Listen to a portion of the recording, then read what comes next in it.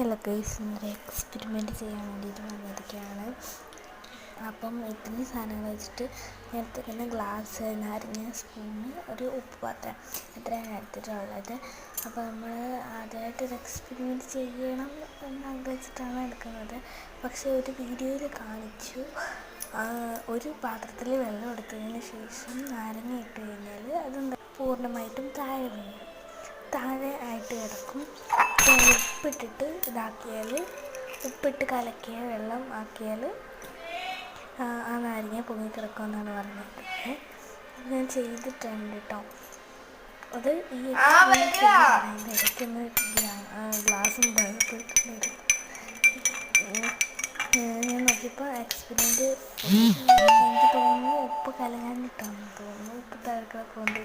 എന്തായാലും അടുത്ത എക്സ്പെരിമെൻറ്റ് ഇട്ട് വീണ്ടും വരും. ടാറ്റാ.